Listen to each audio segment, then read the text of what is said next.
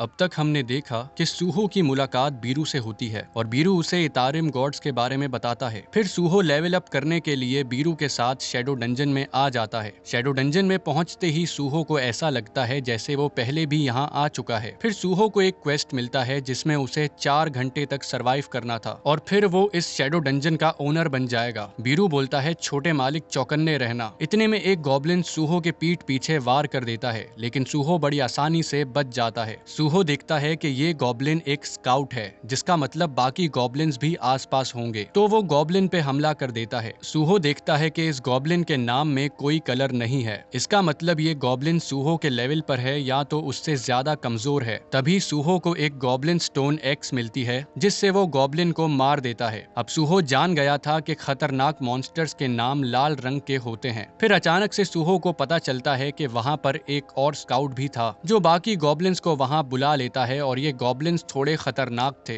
तो सूहो बीरू की मदद मांगता है, लेकिन बीरू चाह कर भी मदद नहीं कर सकता। फिर ये गॉब्लिन्स चारों तरफ से सूहो पर हमला कर देते हैं और सूहो गॉब्लिन एक्स को यूज करके उनको मारना शुरू हो जाता है। सूहो रूलर्स अथॉरिटी स्किल को भी बहुत अच्छे से इस्तेमाल कर रहा था। अब एक आर्चर गॉब्लिन तीर से सूहो पे हमला करता है तो सूहो रूलर्स अथॉरिटी को यूज करके गॉब्लिन का तीर उसी को मार देता है। बीरू ये देखकर चौंक जाता है और वो सोचता है कि बचपन में भी सूहो बड़ी आसानी से रूलर्स अथॉरिटी को यूज कर रहा था। वहीं सूहो गॉब्लिन से लड़ते हुए अपना लेवल बढ़ा रहा था। फिर अचानक से एक गॉब्लिन सूहो की कमर में चाकू घुसेड़ देता है। अब सूहो की एचपी लो हो जाती है और तभी वहाँ गॉब्लिन सेंटूरियन भी आ जाता है। भले ही सूहो को दर्द हो रहा था, लेकिन इससे पहले उसे इतना बेहतर कभी नहीं लगा, क्योंकि अब वो यूजलेस नहीं रहा। फिर सूहो अपनी एड़ी चोटी का जोर लगाकर गॉब्लिन से लड़ना शुरू हो जाता है और लड़ते हुए लेवल अप होने के साथ साथ उसे नई स्किल्स भी मिल रही थीं। अब आखिरकार सूहो सारे गॉब्लिन्स को मार गिराता है और उसका क्वेस्ट भी पूरा हो जाता है।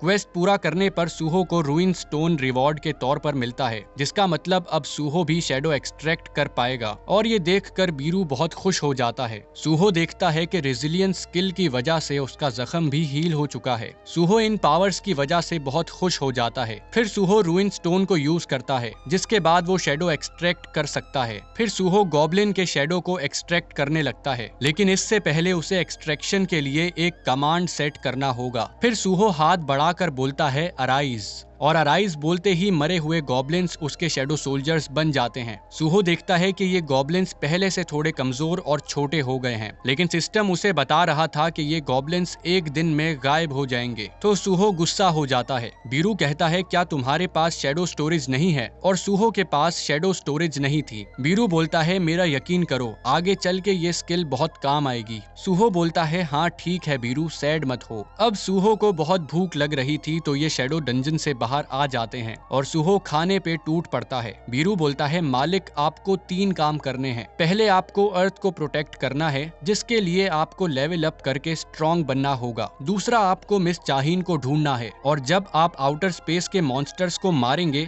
तो आपको मिस चाहीन को ढूंढने का क्लू मिल जाएगा। और तीसरा काम आपको मेरी पावर्स वापस रिस्टोर करनी है, क्योंकि मैं आपको अपनी असली ताकत दिखाना चाहता हूँ। तो सूहो बोलता है चलो फिर चलें। बीरू बोलता है लेकिन आपको डंजन में जाने के लिए लाइसेंस चाहिए, तो आपको सबसे पहले एसोसिएशन में जाकर अपनी मैजिक मेजरमेंट करनी होगी। सूहो सोचता है कि मैं एक ऐसा हंटर हूँ जो लेवल अप कर सकता है, क्या पता मैं एक एस रैंक हंटर निकलूं। फिर मैजिक मेजरमेंट के बाद सूहो को पता चलता है कि वो एक ई रैंक हंटर है। बीरू बोलता है हंटर का लेवल मैजिक एनर्जी को मेजर करके पता चलता है और आपने तो अपने सारे पॉइंट स्ट्रेंथ में लगा दिए थे, तभी आपका लेवल कम निकला। सूहो बोलता है मुझे अच्छा फील मत कराओ, मुझे और बुरा लग रहा है, लेकिन आखिरकार एक ई रैंक अर्थ को कैसे बचा सकता है, और हंटर्स ई रैंक को डंजन में लेकर भी नहीं जाते। फिर सूहो को याद आता है कि स्ट्राइक टीम के पीछे हॉलिंग टीम होती है और हॉलिंग टीम के पीछे माइनिंग टीम होती है, और ये दोनों टीम्स ई रैंक हंटर्स को एक्सेप्ट कर लेती हैं। फिर सूहो माइनिंग टीम में एंट्री लेकर डंजन में आ जाता है और इसके लिए वो अपने टीचर को शुक्रिया बोलता है जिनका नाम लिम था। लेकिन लिम सूहो से माफी मांगता है क्योंकि यूनिवर्सिटी में अवेकनर होने के बावजूद भी वो वहाँ से भाग गया। वहीं सूहो बोलता है कि अपना सर ऊपर करें क्योंकि आप भी मेरी तरह एक ई रैंक हंटर हैं और एसोसिएशन का ऑर्डर है कि जब E rank Hunter magic beast को देखे तो वो वहाँ से भाग जाए। आप तो बस एसोसिएशन का ऑर्डर फॉलो कर रहे थे। लेकिन लिम शॉक हो जाता है कि आखिर सूहो एक ई रैंक हंटर कैसे हो सकता है क्योंकि उसने तो सूहो को मॉन्स्टर से लड़ते हुए देखा था। बीरू बोलता है छोटे मालिक बहुत शानदार हैं। बीरू को देखकर लिम डर जाता है तो सूहो बताता है कि मैं एक समनर हूँ। तो लिम बताता है कि मेरी स्किल रनिंग है।